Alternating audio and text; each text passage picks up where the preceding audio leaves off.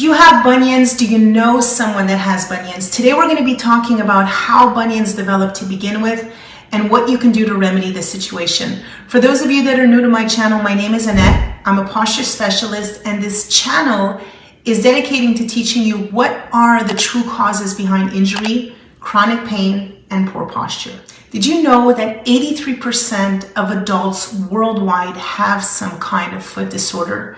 And that out of those 83%, 36% actually have bunions. Our feet share a special connection with our body. They're actually part of how our brain perceives movement. They also happen to connect us with the ground. So we should pay special attention to the way that our feet are behaving, especially if we want to perform at our best and stay injury-free. And certainly bunions is one of those things that our feet may be dysfunctional. While the cause of bunions is largely related to the formation of your arch, there are certainly several predisposing factors that are seen time and time again. For example, hereditary is one of those factors. Although a neuroscientist by the name of Eric Kandel demonstrated that when you give the body information for 3 years, it is actually integrated at the level of your DNA. So did the foot cause the imbalance, or did posture cause the imbalance? These are certainly discussions that can lead to the chicken or egg theory. But when talking about bunions, the progression or the rate of progression of one's bunion can certainly vary. Some bunions can remain stable for many years, while others can worsen quite rapidly. Bunions are also known as hallux valgus, which is basically a result of the misalignment of the big toe, whereas the first metatarsal head shifts its position laterally towards the other 4 toes. Over time, the metatarsophalangeal joint, also known as the MTP joint, starts to protrude and becomes inflamed. This can lead to discomfort, pain, and can have a significant impact on gait and posture. So what causes bunions and how can we fix it? In this video, I'm going to be discussing a 4-step plan to overcome these issues. But first, let's talk about what causes bunions. Number 1, your shoes. When walking, it's absolutely crucial that your foot has the freedom to move naturally and that your toes have the freedom to expand throughout the gait cycle. Unfortunately, most modern shoes are not made to accommodate the natural movement of the foot. The natural spread of the toe is actually essential for us to grip the ground and preserve energy. Boxed shoes prevents this from happening. The big toe ends up being pressed on the other toes and experiences biomechanical discomfort from the non-ergonomic design of the shoe. The problem is that over time, the big toe starts to conform to that shape. And if your feet spend enough time in that position, they're actually going to start to conform to the shape of the shoe. Number 2, limited dorsiflexion. It's important to understand that range of motion of our joints is something that is regulated and governed by our nervous system.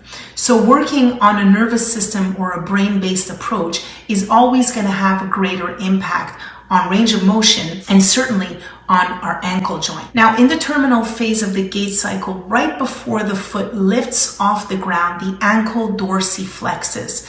This is really important because that position enables us to take longer strides, which goes back to energy preservation. Now, the problem with limited dorsiflexion is that it not only affects gait, but it also results in using our arches as a secondary ankle joint, therefore rotating our foot outwards. This is a condition that's known as being duck-footed. Now, when this pattern is activated, every single step that we take puts excessive loading and strain on our big toe.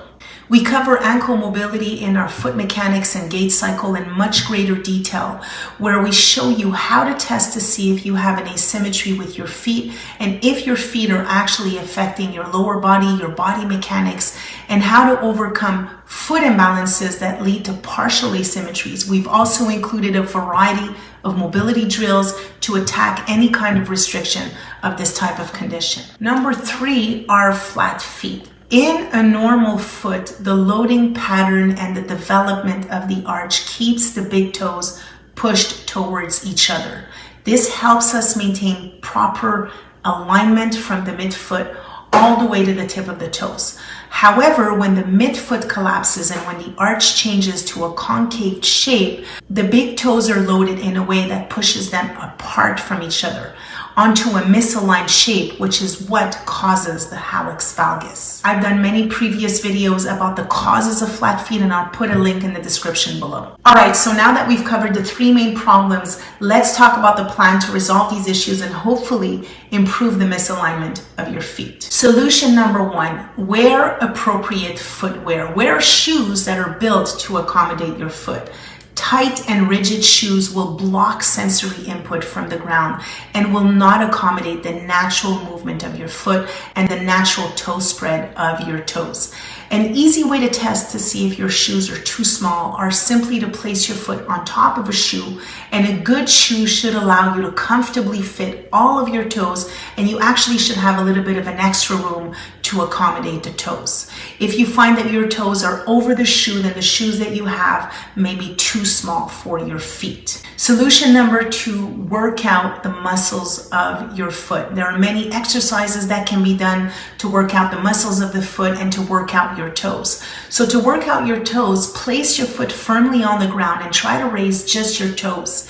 Keep your toes lifted, and now extend your big toe and press it all the way down while your other toes are still in the air. The key is to really extend your big toe before pressing it down. Perform this exercise anywhere between 3 to 5 times a day or before workouts. Solution number three, proprioceptive drills. There's actually a lot of evidence that proprioceptive training can yield meaningful improvements in sensory motor functions. Why? Because muscles, joints, and skin send proprioceptive feedback to our nervous system. So using something like a spike ball or mobility training can help you improve ankle proprioception. Perform these exercises 3 to 5 times a day or before any workouts. Number four, frequency. There are tiny mechanoreceptors in the skin of our feet that respond to frequency. And our brain uses this information for better stability in movement. The more stable you are, the less energy you end up wasting. Postural insoles use a 90 Hertz frequency, which helps retrain the brain, retrain faulty movement patterns by providing a constant stimulation to the nervous system. This will then enable you to take longer strides, which is really efficient for preserving energy. So in conclusion, it's really important to understand that the shape of our arch directly influences the movement of our toe, which in turn affects our foot posture, our gait cycle, our spine, and our overall posture.